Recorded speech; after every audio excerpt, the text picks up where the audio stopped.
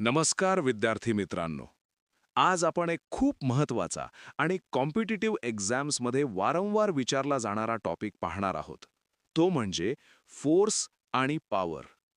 पण सुरुवात एका प्रश्नाने करूया. तुम्हाला काय वाटतं? फोर्स आणि पॉवर यामध्ये नेमका फरक काय आहे? एखादा व्यक्ती खूप जोरात पंच मारतो. मग तो जास्त फोर्स वापरतो का पॉवर? आणि 100 मीटर शर्यत जिंकणारा खेळाडू तो फक्त स्ट्रॉंग असतो का पॉवरफुल? का बरं असं होतं की एक गोष्ट फाईट्स जिंकते आणि दुसरी रेसेस जिंकते? आजच्या लेक्चरमध्ये आपण ह्याच गोष्टीचा सायंटिफिक आणि एक्झाम ओरिएंटेड पद्धतीने उलगडा करणार आहोत. म्हणूनच आज MPSC प्रोफेसरच्या क्लासरूममध्ये तुम्ही फोर्स म्हणजे नक्की काय, पॉवर म्हणजे काय आणि या दोन्ही संकल्पनांमधील फरक काय आहे हे शास्त्रीय, तर्कशुद्ध आणि परीक्षेला उपयुक्त पद्धतीने समजून घेणार आहात. चला तर मग सुरुवात करूया मूलभूत संकल्पनेपासून. तो म्हणजे फोर्स. विद्यार्थी मित्रांनो, फोर्सची अचूक व्याख्या लक्षात ठेवा.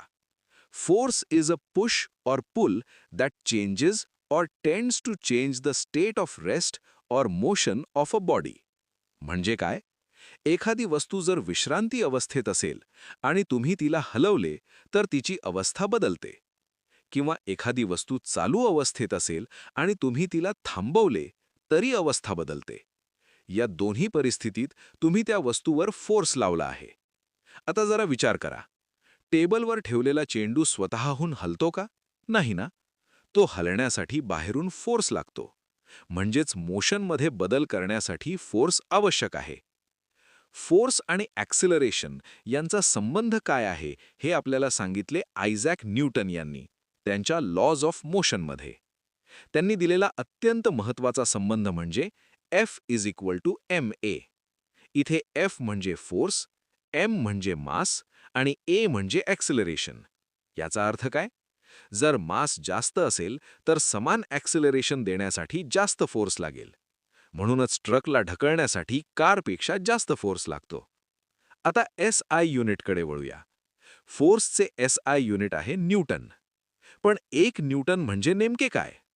1 newton is the force required to accelerate a 1 kg mass by 1 metre per second square. हा टॉपिक कॉम्पिटिटिव्ह एक्झाम्सच्या दृष्टीने खूप महत्त्वाचा आहे. म्हणून फोर्स या संकल्पनेत 3 गोष्टी तुमच्या डोक्यात पक्क्या असल्या पाहिजेत.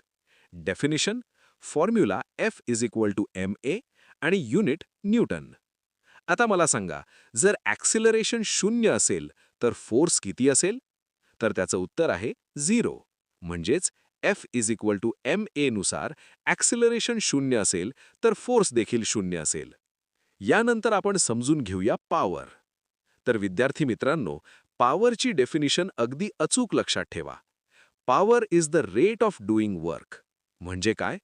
एखादं काम किती वेगाने केलं जातं हे पॉवर दर्शवते. समजा 2 विद्यार्थी समान वजनाची पेटी वर उचलतात. दोघांनी केलेलं वर्क सारखंच आहे. पण पहिल्या विद्यार्थ्याला 10 सेकंद लागतात आणि दुसऱ्याला 2 सेकंद. कोण जास्त पॉवरफुल? नक्कीच दुसरा, कारण त्याने तेच वर्क कमी वेळेत केलं. म्हणूनच पॉवरचं सूत्र आहे P is equal to W/T. आता जरा विचार करा. जर समान वर्क करण्यासाठी लागणारा टाइम कमी केला तर पॉवर वाढेल की कमी होईल? होय, पॉवर वाढेल. आता ॲडव्हान्स्ड MCQसाठी एक महत्त्वाचं रिलेशन लक्षात ठेवा. P is equal to F into V. इथे V म्हणजे वेलॉसिटी. हा फॉर्म्युला विशेषतः ऑब्जेक्टिव्ह एक्झाम्समध्ये विचारला जातो. कधी थेट विचारतात, कधी न्यूमरिकल्समध्ये वापरतात. आता युनिटकडे येऊया. पॉवरचे SI युनिट आहे वॉट. 1 वॉट म्हणजे काय? 1 watt is equal to 1 joule per second. म्हणजे एका सेकंदात 1 जूल वर्क केलं तर ती पॉवर 1 वॉट आहे. आता एक अत्यंत महत्त्वाचा एक्झाम पॉइंट.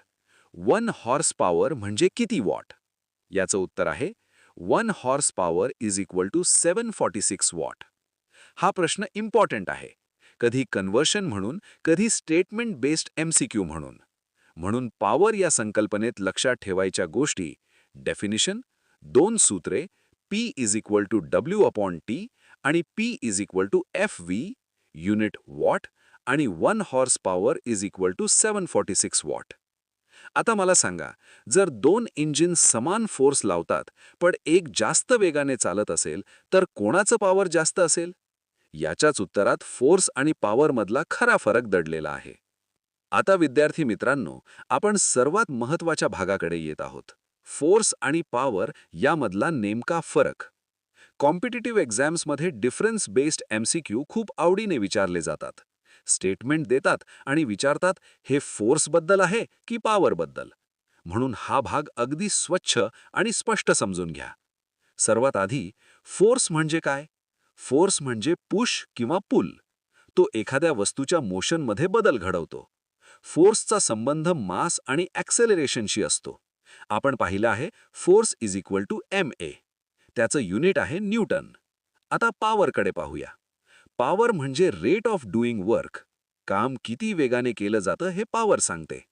पॉवरचं सूत्र आहे power is equal to W/T. त्याचं युनिट आहे वॉट. आता जरा विचार करा, जर एखादी व्यक्ती खूप जास्त फोर्स लावत असेल पण खूप हळू काम करत असेल तर ती पॉवरफुल आहे का? नेहमीच नाही. आणि जर कोणी कमी फोर्स लावत असला पण अतिशय वेगाने काम पूर्ण करत असेल तर त्याचं पॉवर जास्त असू शकतं. या ठिकाणीच एक्झाममध्ये ट्रॅप असतो. फोर्स आणि पॉवर हे वेगवेगळे फिजिकल क्वांटिटीज आहेत. फोर्स हे मोशन बदलण्याशी संबंधित आहे. पॉवर हे काम किती वेगाने केलं याशी संबंधित आहे. आता मी एक स्टेटमेंट देतो. Unit is Newton. तुम्ही लगेच ओळखलं पाहिजे, हा फोर्सबद्दल आहे. दुसरा स्टेटमेंट, युनिट इज वॉट. हा पॉवरबद्दल. तिसरा statement, depends on mass and acceleration. हा फोर्स.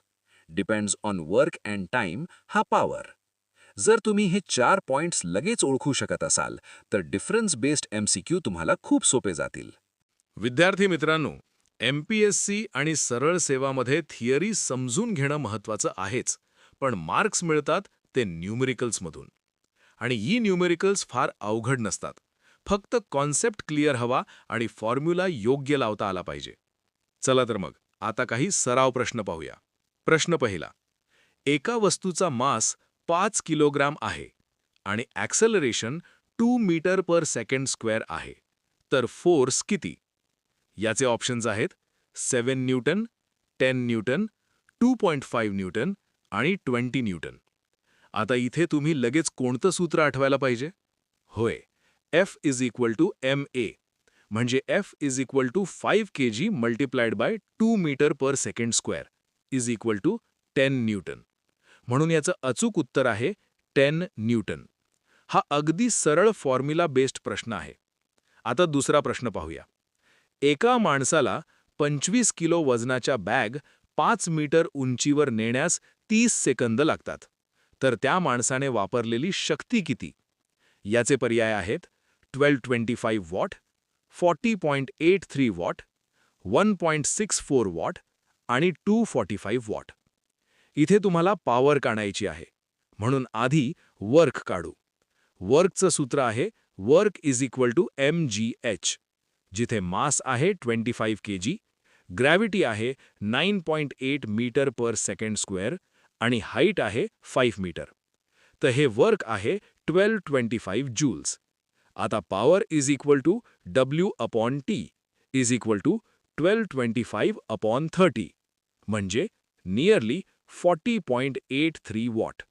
म्हणून योग्य उत्तर आहे दुसरा 40.83 वॉट. इथे अनेक विद्यार्थी थेट 1225 ला उत्तर मानतात, पण ते वर्क आहे, पॉवर नाही. हा एक्झाम ट्रॅप आहे. आता थोडा MPSC लेवल विचार करूया. प्रश्न तिसरा. लिफ्टची ओझे नेण्याची कमाल मर्यादा 1800 किलोग्रॅम आहे.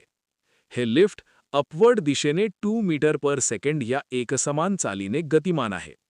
गतीला विरोध करणारे घर्षण बल 4000 न्यूटन आहे. तर मोटर यंत्राकडून उद्वाहकाला किमान किती ताकद पुरवली गेली ते निश्चित करा. G is equal to 10 metre per second square. याचे पर्याय आहेत 59 HP, 38 HP, 44 HP आणि 155 HP. सर्वात आधी युनिफॉर्म वेलॉसिटी हा शब्द लक्षात घ्या. युनिफॉर्म वेलॉसिटी म्हणजे ॲक्सेलरेशन 0, म्हणजे नेट फोर्स 0. पण मोटरला वेट आणि फ्रिक्शन दोन्ही ओव्हरकम करावे लागतात. Weight is equal to mg is equal to 1800 multiplied by 10 is equal to 18,000 newton. आता total force is equal to 18,000 plus 4,000 is equal to 22,000. आता power is equal to F multiplied by V is equal to 22,000 multiplied by 2 is equal to 44,000 watt. आता HP मध्ये convert करूया. 1 HP is equal to 746 watt. 44,000 divided bye 746 is nearly 59 HP. म्हणून योग्य उत्तर आहे 159 HP. हा प्रश्न मिक्स कॉन्सेप्टवर आधारित आहे. Weight plus friction plus uniform motion plus power. आता शेवटचा कॉन्सेप्च्युअल प्रश्न पाहूया. प्रश्न 4. वायूचे आकारमान त्याच्या दाबाच्या व्यस्त प्रमाणात असते. या सिद्धांताचे जनकत्व कोणाकडे जाईल? याचे पर्याय आहेत 1. Joseph Priestley, 2. Thomas Gold, 3. Edison आणि 4. Robert Boyle. हा नियम दिला आहे रॉबर्ट बॉयल यांनी. म्हणून योग्य उत्तर आहे 4. Robert Boyle. तर आजच्या या लेक्चरमध्ये आपण फोर्स आणि पॉवर या संकल्पना स्पष्टपणे समजून घेतल्या. फोर्स म्हणजे मोशनमध्ये बदल घडवणारा पुश किंवा पुल, आणि पॉवर म्हणजे केलेल्या वर्कचा वेग, रेट ऑफ डुईंग वर्क.